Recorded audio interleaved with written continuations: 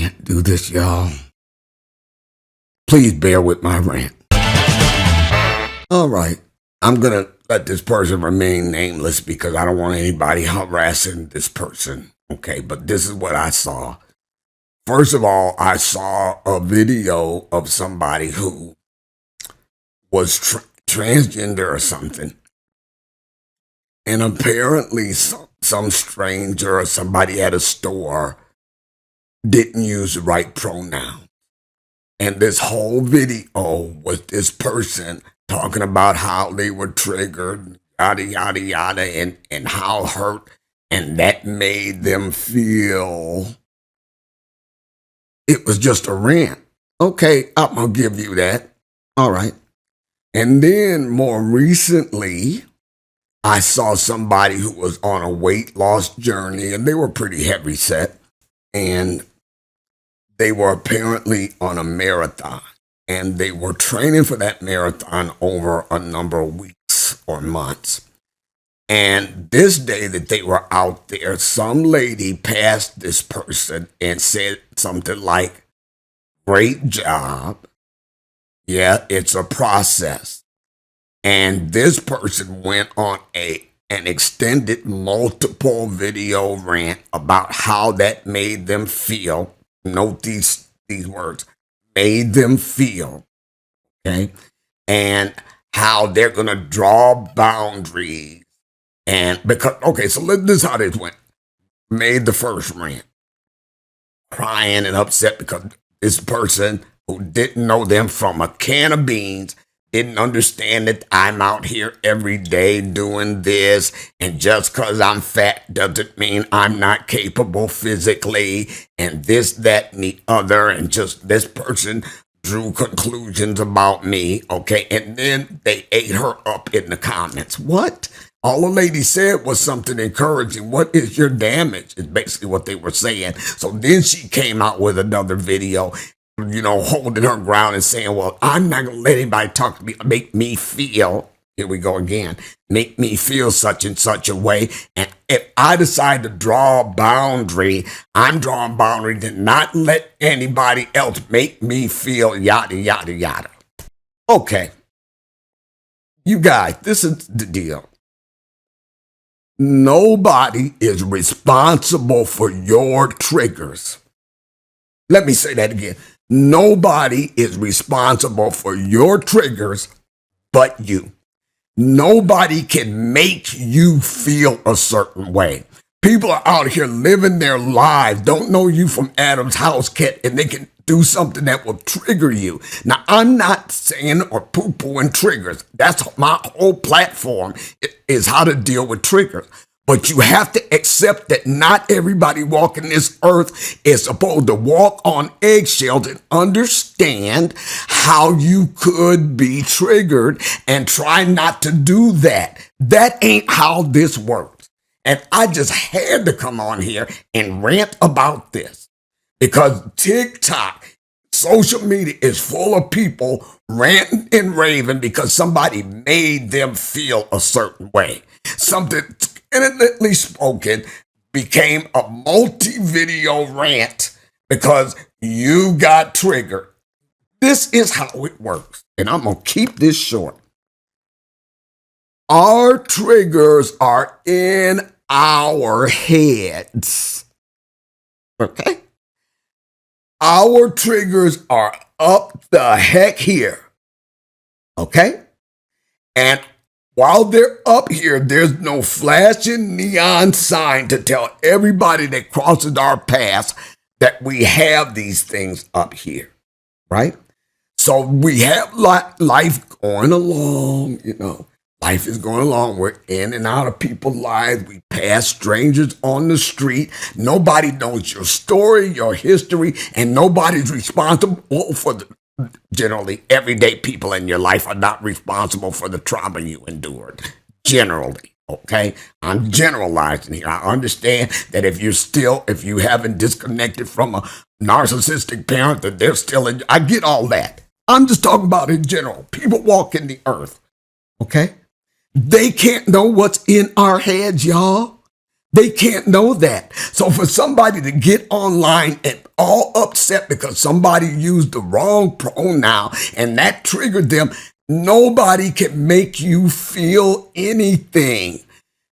Life happens, people speak, people do things, and then there's something that goes off in our head that makes that a trigger, which causes us to feel a certain way. So however you feel, nobody can make you feel that way, because it could be you and 5 other people in the same room, and everybody gets their pronouns misused. Because first of all, I'm not coming up to people when I say hello and your pronouns are. No. So I don't know what your pronouns are. I'm not even thinking to ask that. So you can have 5 people in the room and all 5 of them get their pronouns misdone. That you're the only person that's going off on social media all upset about it. Nobody else is. So that event is what that event is. It occurred. Bam. Okay? And now what's going on in you is going to determine how you perceive that event and how you feel about that event, and then how you respond to that event. Everything outside of the event happening is up in here, y'all. Right or wrong, this is where it is. We need to quit railing at strangers because we get triggered, because generally our triggers are snatching us back to where some kind of trauma happened in the past. These people weren't there in the past. They didn't cause that to us. Okay?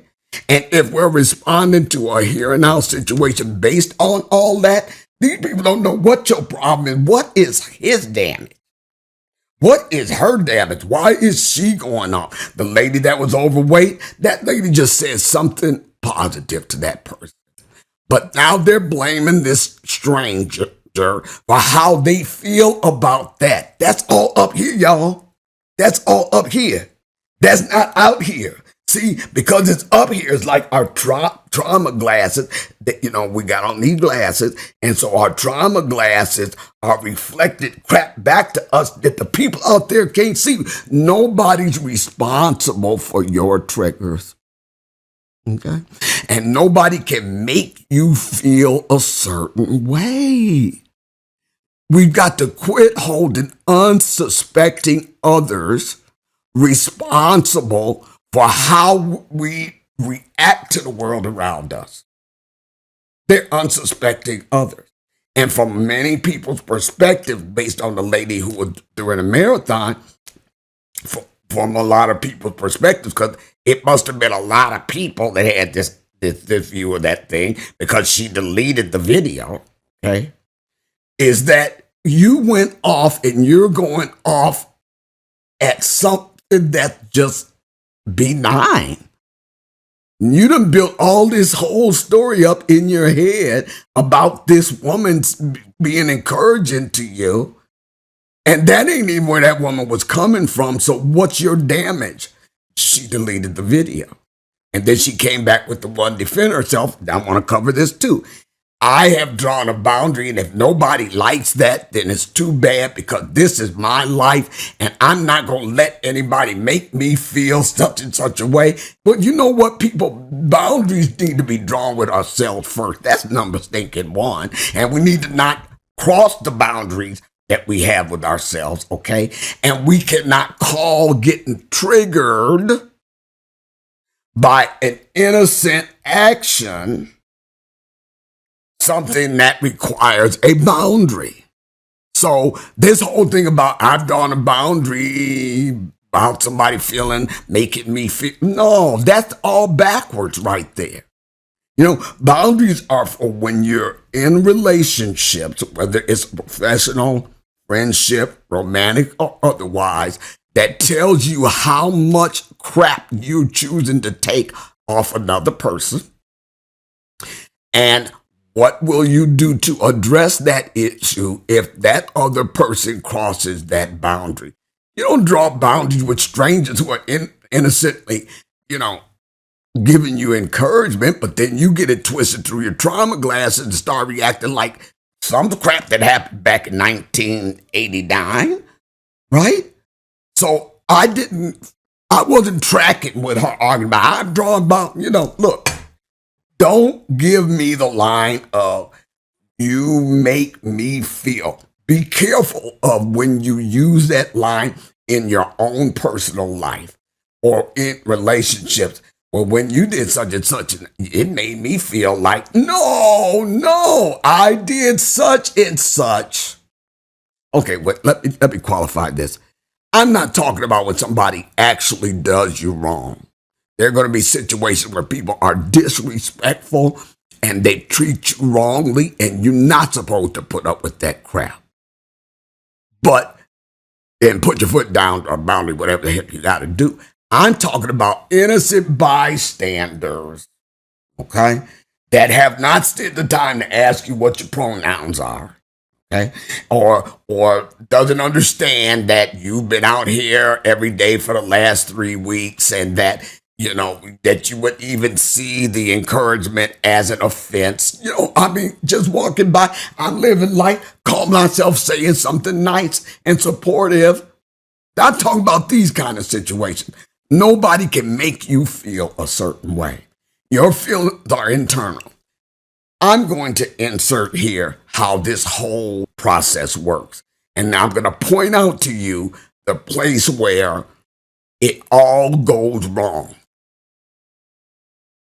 Now, this is how this works. You have an event,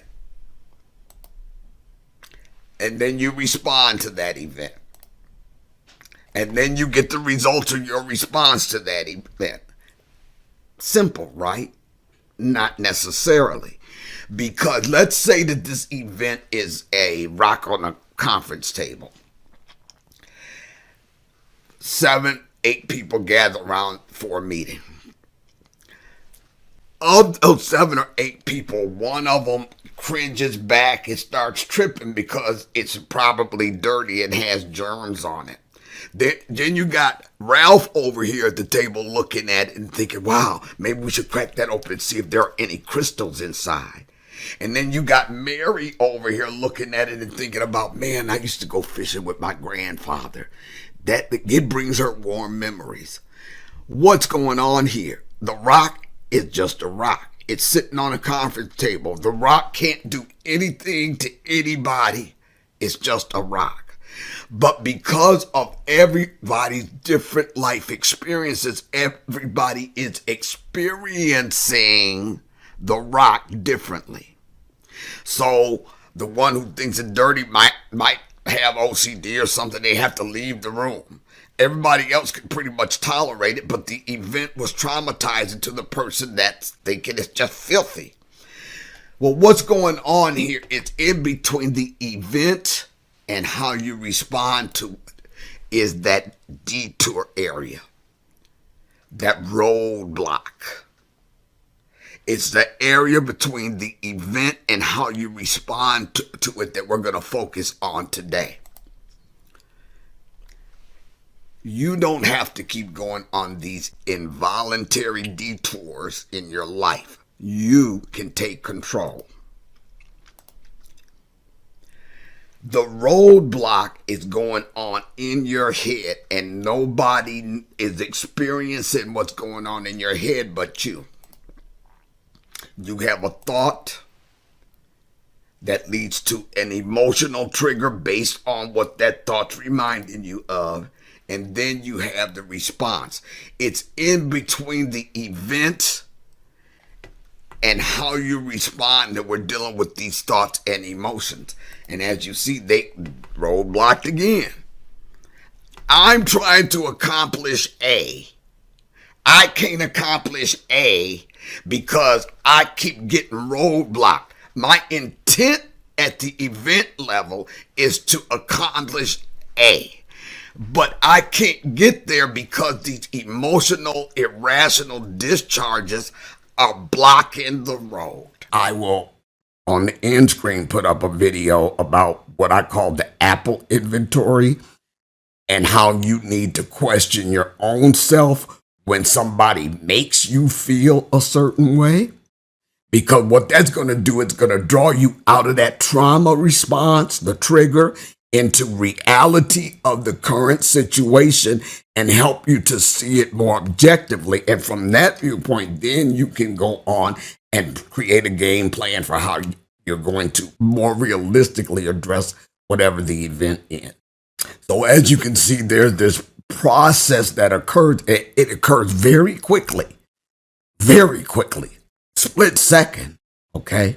And when we're caught in that process, the truth is that we need to really, as trauma survivors, begin to accept that we need to draw a boundary with ourselves that allows us to pull back before we're at full-blown trigger mode and begin to challenge the default mindsets that send us off into the wrong thoughts, because then we can begin to consider what our desired outcome is and act accordingly. But again, it's split second if this kind of thing happens. But I hope that by understanding the process that actually goes on, that you'll be able to catch it at the right spot, the detonation spot, and begin to do some of the things that are necessary in order to pull yourself back out of that trauma response and into reality.